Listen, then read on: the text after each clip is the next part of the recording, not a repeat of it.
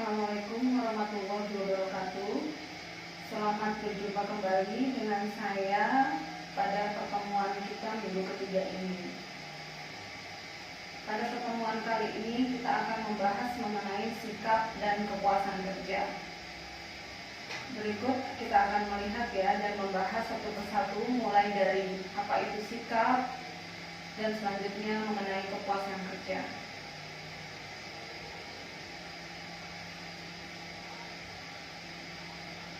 Sikap atau attitude itu merupakan pernyataan-pernyataan evaluatif terhadap objek, orang, atau peristiwa. Nah, dalam materi ini, fokus yang akan kita bahas mengenai sikap ini adalah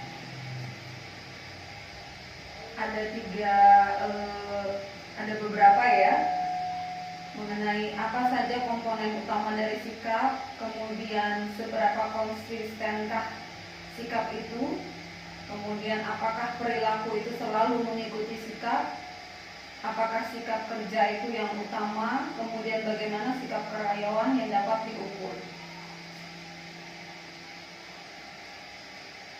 Nah, kita lihat mulai dari apa saja komponen utama dari sikap.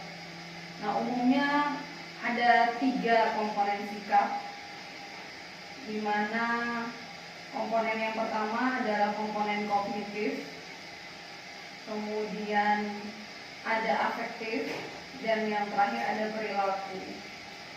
Komponen kognitif ini seperti segmen opini atau keyakinan dari sikap keyakinan dari sikap. Kemudian kalau komponen afektif itu dari segmen emosional atau perasaan dari suatu sikap. Kemudian yang terakhir yang komponen perilaku itu adalah niat untuk berperilaku dalam cara tertentu terhadap seseorang atau sesuatu. Selanjutnya kita bisa melihat ilustrasi dari gambar ini, bagaimana itu kognitif, afektif, dan perilaku dalam hal sikap ini. Nah, kognitif tadi diartikan sebagai evaluasi di mana contohnya kasus sikap kita terhadap atasan. Nah, ketika sikap negatif dari atasan itu kita lihat dari komponen kognitif, di mana contohnya tuh atasan itu memberikan promosi pada rekan kerja yang kita rasa kurang pantas nggak cocok untuk mendapatkan promosi tersebut dibandingkan kita yang mempunyai keahlian atau skill yang lebih dari teman kita itu, sehingga kita memberikan evaluasi bahwa sikap atasan tersebut tidak adil tidak adil. Kemudian kita lihat dari komponen afektifnya. Afektif itu perasaan segmen emosional atau perasaan kita. Akhirnya perasaan kita itu tidak menyukai atasan itu. Kemudian dari kognitif dan afektif itu kita berperilaku mengambil tindakan yang ekstrimnya itu bisa saja mencari pekerjaan lain, atau yang paling mendasar awalnya biasanya kita mengeluh mengenai atasan itu, kemudian curhat kepada orang yang mau mendengarkan.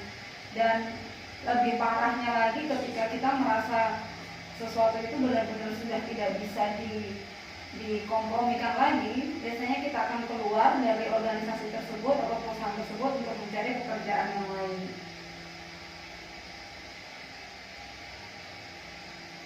Nah, kita lihat dulu sekarang di sini seberapa konsistenkah sikap itu.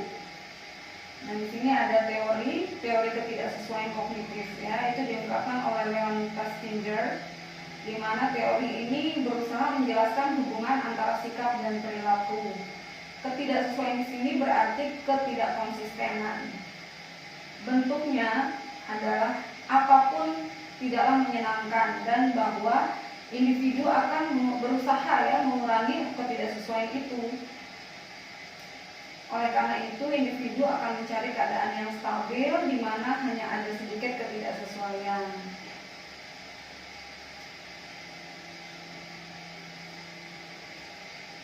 Kemudian kita lihat apakah perilaku itu selalu mengikuti sikap.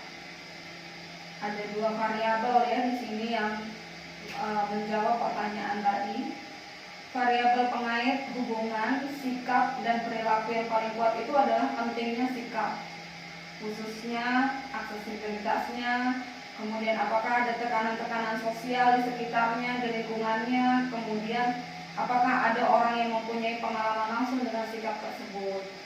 Kemudian ada lagi teori persepsi diri, itu di mana sikap yang digunakan setelah melakukan sesuatu untuk memenuhi tindakan yang telah terjadi.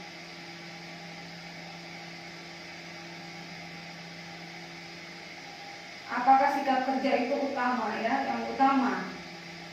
Nah, itu kita lihat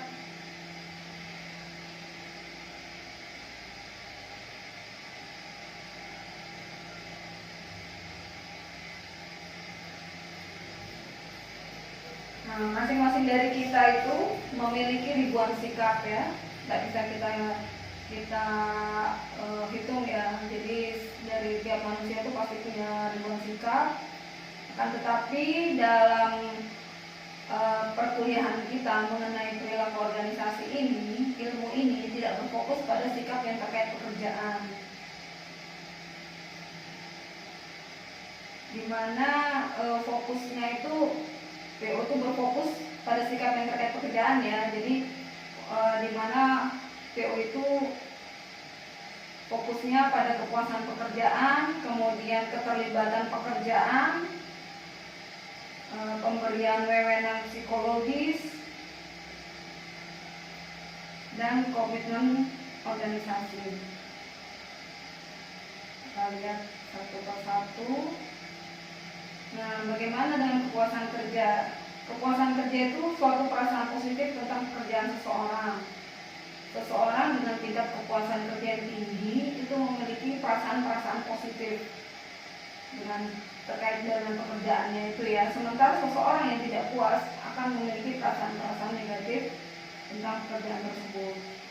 Contohnya kalau kita memiliki perasaan positif, ketika mau berangkat bekerja saja kita sudah semangat ya, ada motivasi gitu. Setiap pagi misalnya mau bekerja itu kita selalu semangat. Nah, ketika merasa tidak puas itu kita akan malas-malasan. Keterlibatan pekerjaan ini dimana seseorang itu memihak sebuah pekerjaan, berpartisipasi secara aktif di dalamnya, dan menganggap kinerja penting sebagai bentuk penghargaan diri. Kemudian pemberian wewenang psikologis, di mana itu ada keyakinan atau kepercayaan karyawan terhadap sejauh apa yang mereka mempunyai nilai di lingkungan kerjanya, makna pekerjaan mereka, dan otonomi dalam pekerjaan mereka.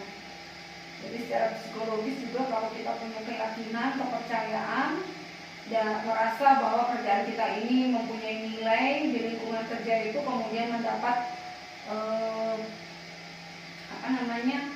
kepercayaan ya, tanggung jawab ya terhadap pekerjaan kita itu di situ ada kita melihat adanya pemberian wewenang secara psikologis kita. Kemudian komitmen organisasi, di mana itu tingkat seseorang karyawan itu memihak kepada sebuah organisasi serta tujuan-tujuannya dan keinginannya untuk mempertahankan keanggotaannya dalam organisasi tersebut. Tentunya ketika kita merasa positif, merasa sudah nyaman dan sebagainya, kita akan berkomit ya, akan tetap terus dalam sebuah organisasi tersebut. Nah, ada sikap kerja yang lain di mana dukungan organisasi yang dirasakan, timbal baliknya ya dalam hal ini, tingkat sampai mana karyawan itu yakin organisasinya itu menghargai kontribusinya mereka ya, peduli kesejahteraannya mereka. Kontribusinya karyawan ini dihargai melalui peduli akan kesejahteraannya. Kemudian sikap kerja yang lain adanya keterlibatan karyawan. Di sini dengan keterlibatan karyawan dalam sebuah organisasi itu kan merasakan akan memberikan efek puas ya dan antusias individu itu dengan kerjaan yang mereka lakukan. Nah, sikap karyawan tadi, sikap dalam hal bekerjanya itu apakah diukur? Ya, diukur. Bagaimana caranya? Melalui survei sikap. Biasanya mungkin ada evaluasi ya, setiap 6 bulan sekali atau 3 bulan per triwulan, atau bahkan ada yang sebulan, triwulan, 6 bulan, dan terakhir 1 tahun ya. Itu bisa melalui survei sehingga mendapatkan respon dari karyawan ya, melalui kuesioner yang dibagikan mengenai bagaimana perasaan mereka terhadap pekerjaan itu, bagaimana tentang tim kerjanya, penyelia, dan organisasi. Kemudian kita lanjut dengan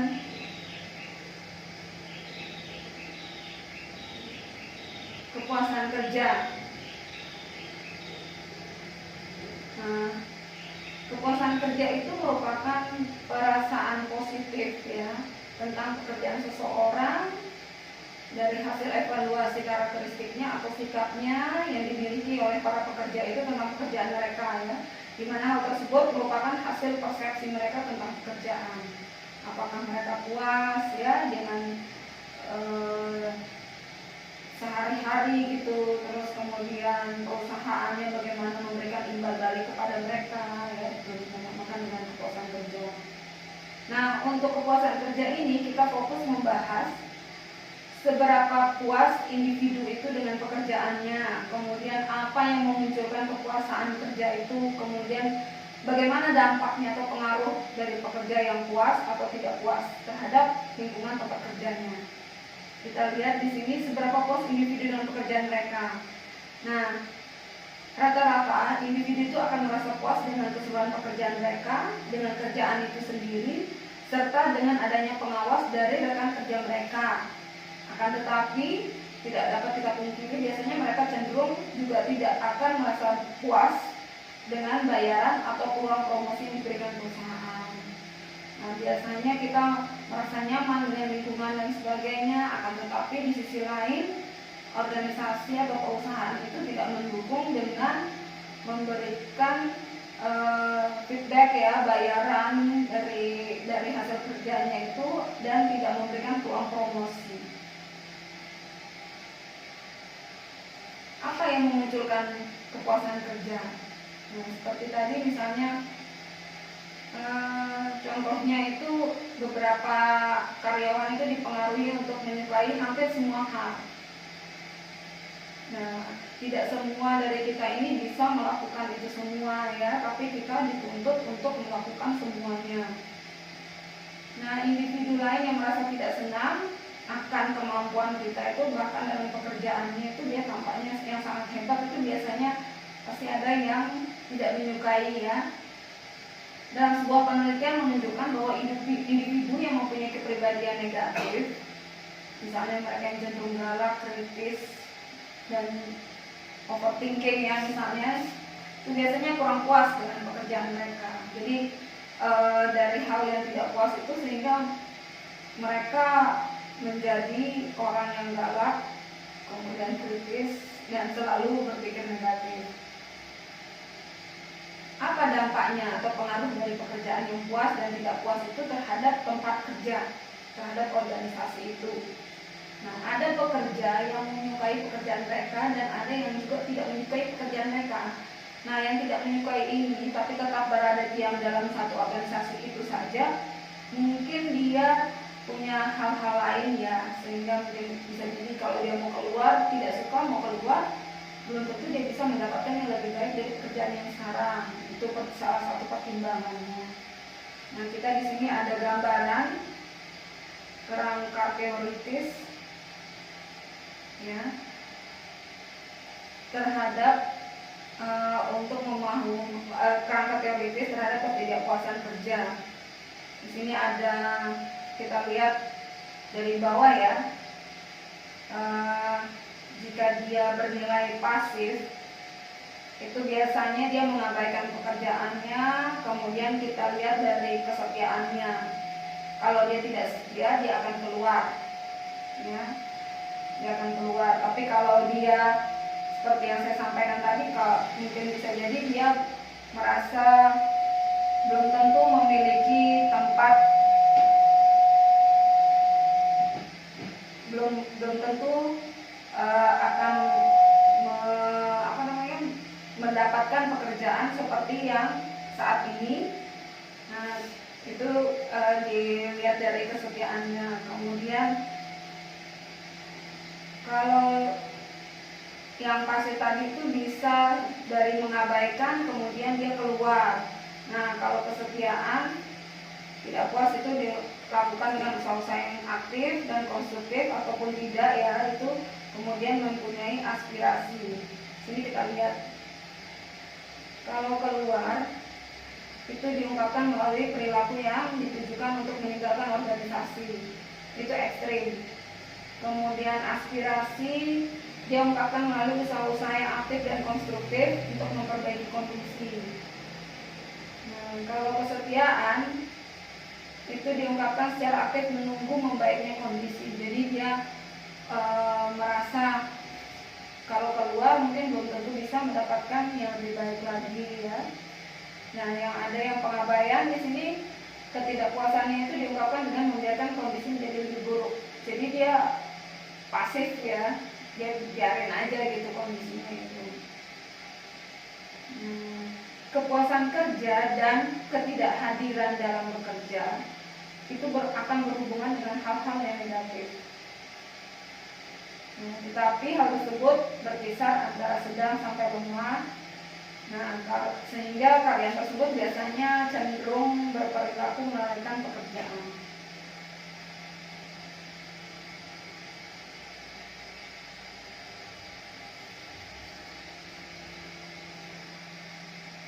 Nah, kepuasan dan ketidakhadiran kerja itu, kepuasan kerja dan perputaran karyawan ini perlu juga kita lihat, di mana kepuasan kerja itu kan berhubungan secara negatif pada biasanya.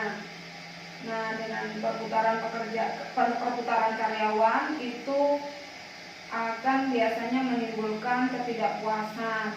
Itu korelasinya sangat kuat. Kemudian melihat dari kepuasan kerja dan perilaku menyimpang dari tempat kerja itu juga diprediksi banyak perilaku khusus, ya, termasuk upaya biasanya berkumpulnya orang-orang yang tidak merasa puas akan pekerjaannya itu, tidak merasa puas dengan keputusan dari sebuah organisasi. Tentu mereka biasanya akan membuat komunitas, ya, mencari teman-teman yang senasib, penanggungan, sepemikiran, sehingga membuat sebuah serikat pekerja. Nah, tapi ini kalau zaman sekarang malah serikat pekerja ini dilakukan untuk hal-hal yang positif, hal-hal yang untuk memikirkan kemajuan organisasi dan memperbaiki sikap dan perilaku karyawan itu. Kalau dulu sebelum adanya serikat kerja yang seperti sekarang, itu serikat kerja ini berawal dari hal-hal yang tidak puas tadi, ya. Kemudian hal-hal itu seperti ada penyalahgunaan, hal-hal negatif, ya, ada penyalahgunaan hakikat, gitu, ya, pencurian, pergaulan yang tidak pantas, dan biasanya ini sama korelasinya dengan kelambanan, ya. Nah, para peneliti itu berpendapat bahwa perilaku ini adalah indikator sebuah sindrom yang lebih luas yang disebut dengan perilaku menyimpang di tempat kerja. Kepuasan kerja dan kepuasan pelanggan itu hubungannya sangat erat. Dan banyak bukti menunjukkan bahwa karyawan yang puas itu akan menghasilkan energi positif, ya. Dia akan meningkatkan dan kesetiaan, meningkatkan pelayanannya, sehingga pelanggan itu menjadi puas.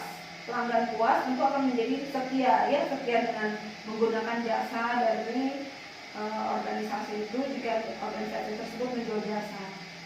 Nah, mengapa dalam organisasi jasa pemeliharaan dan peninggalan pelanggan itu sangat bergantung pada bagaimana karyawan di garis depan yang selalu berhubungan dengan pelanggan. Seperti kalau pada bank ya itu ada CS ya, ada teller.